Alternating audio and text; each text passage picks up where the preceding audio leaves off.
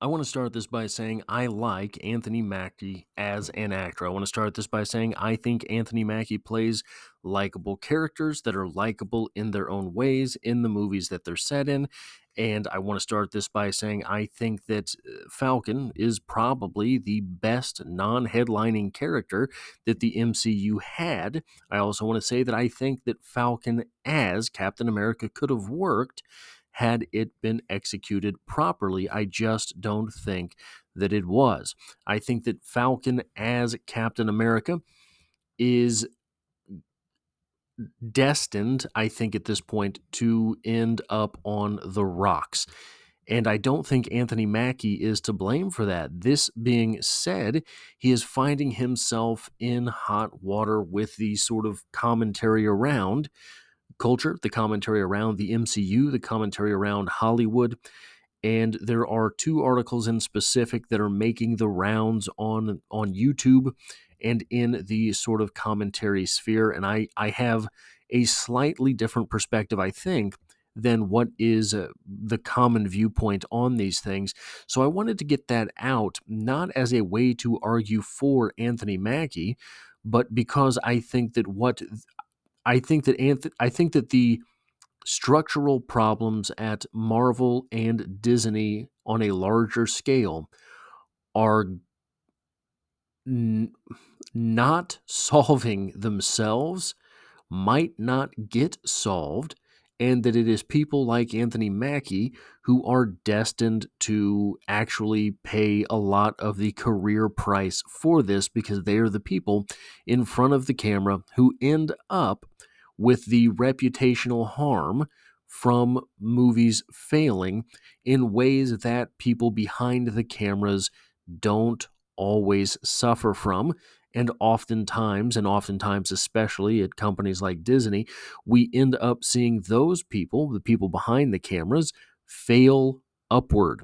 So, in an article from that Park Place titled Anthony Mackie Walks Back Comments on Captain America, but stops short of saying he represents America by M. Montanaro, we get the following, which is sort of a recap of where things are. In a post meant to clarify his stance, Mackie wrote, "Let me be clear about this. I'm a proud American, and taking on the shield of a hero like Cap is the honor of a lifetime. I have the utmost respect for those who serve and have served our country. Cap has universal characteristics that people all over the world can relate to." Don't end sentences in prepositional phrases, Mr. Mackie. While this may read like an apology at first glance, it does not actually address the core controversy, his outright dismissal of Captain America's connection to America, nor does it actually apologize. Further in this article, we get the following. This follows his original comments made in Italy. This is where the drama all started, where he insisted before a European audience Captain America represents a lot of different things, and I don't think the term America should be one of those representations. He went on to say it's about a man who keeps his word, who has honor, dignity, and integrity. That's the next thing here. So I think that more or less what was happening in this interview was that Anthony Mackie was trying to sell a movie. Anthony Mackie ended up putting his foot in his mouth and was at that point unable to backtrack from those statements. Maybe Anthony Mackie holds some of those cultural beliefs that we have seen sort of propagate in Hollywood, some of those cultural beliefs that we have seen sort of cause problems for the profitability of businesses. I don't necessarily think so. That said, he does find himself in that cultural circle, and I don't think he can disavow that without other career damage. So he was unable to really dig himself out of that hole because the hole uh, is one that is quickly filling with Pyrrhic sort of wins and losses that are taking place in the culture phenomenon in which we currently find ourselves embroiled. And at that point, he he kept trying to clear things up, and I don't think it really made the difference that he wanted to. I don't think Anthony Mackie is a crazy person or is someone who believes negative things about America. We just don't have the evidence to prove that, at least not that I know of. I don't follow Anthony Mackie all that closely. But once this problem found its way out of his mouth, things were toast. And it was only to look, I think that normally, largely, we're willing to extend some bit of understanding that people say stupid things sometimes. I don't think he meant it in the way that it was perceived. I think that he was talking to a European crowd, trying to sell a movie called Captain America. That becomes a difficult task. How do you sell to an Italian audience, to probably a European audience? We're probably looking at a publication with a larger European readership or viewership, etc. How do you sell Captain America there? How would you sell Captain Italy in America? You would have to say things to endear that property to the local audience. I think that is largely what he was trying to do there.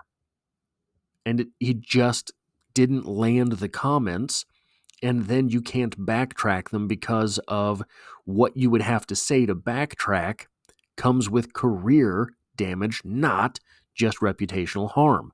Reputational harm is one thing, but when your reputation and your career kind of go hand in hand, the way that they would in Hollywood, ask Johnny Depp,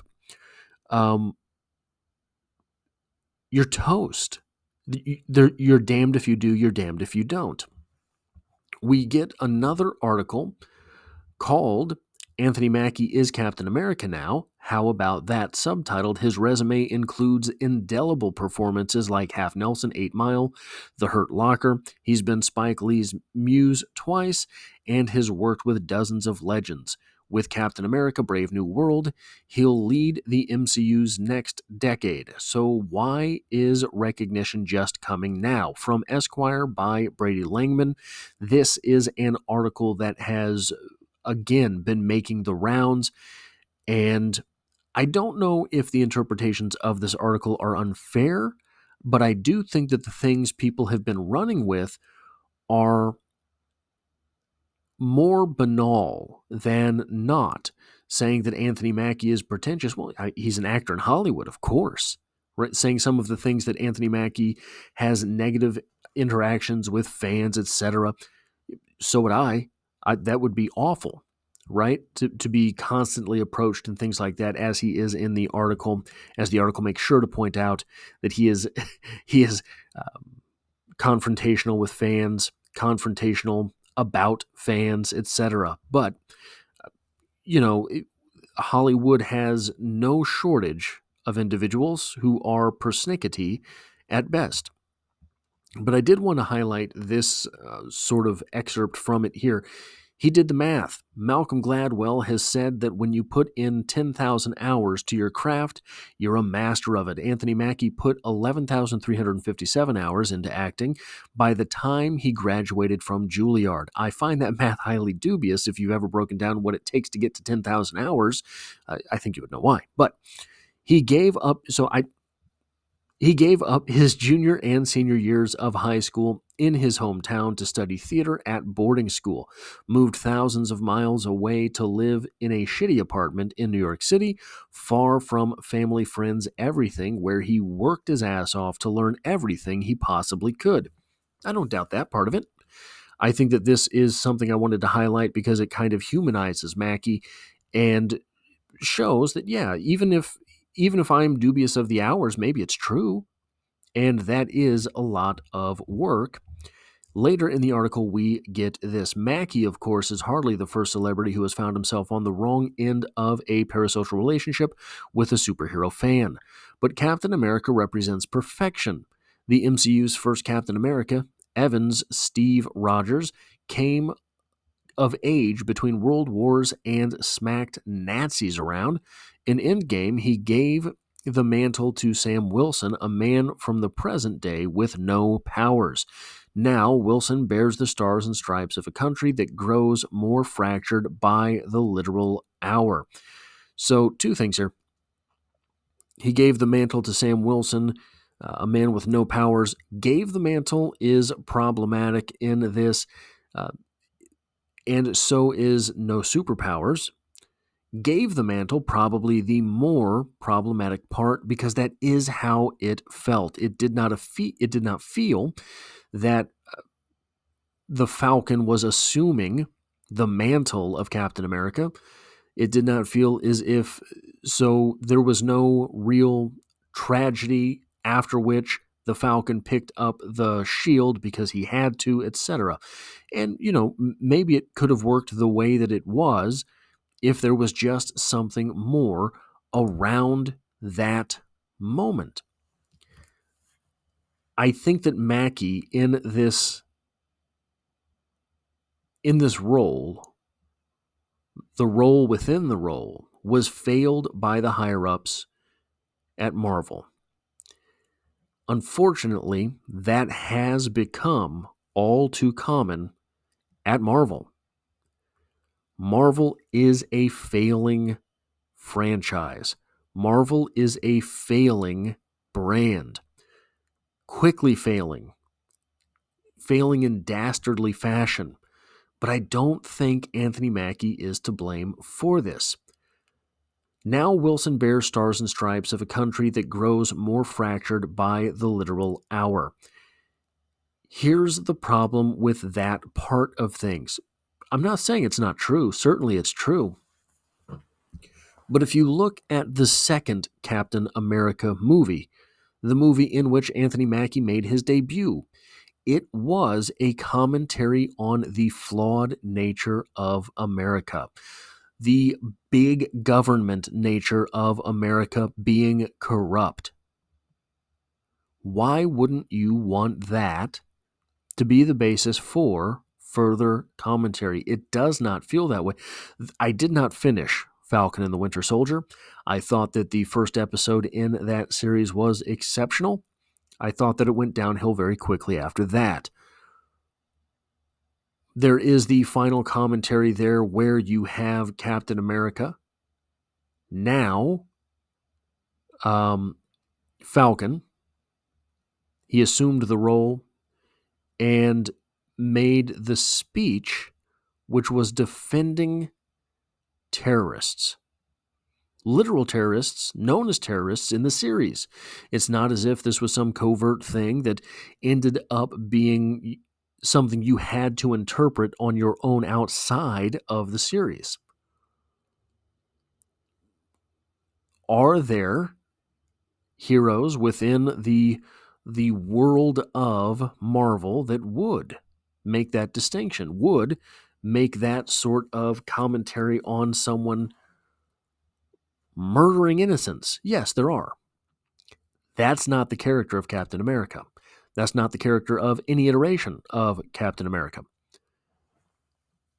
And it feels almost sophomoric to be having these conversations, but I think that the reason we're having these conversations is that there is not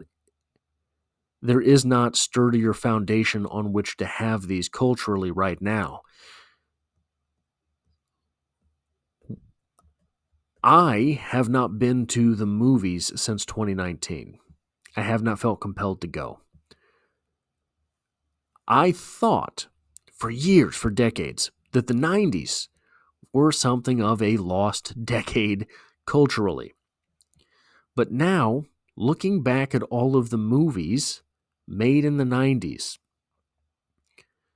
you don't have to stop listing them in order to find movies that have made cultural impacts, to find movies that have made differences in the world of movies, things that were copied and carried forward.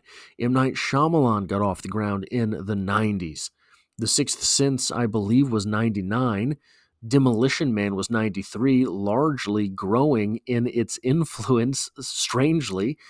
You have all sorts of off-the-wall titles that you can go back and pick through and find things that have carried forward.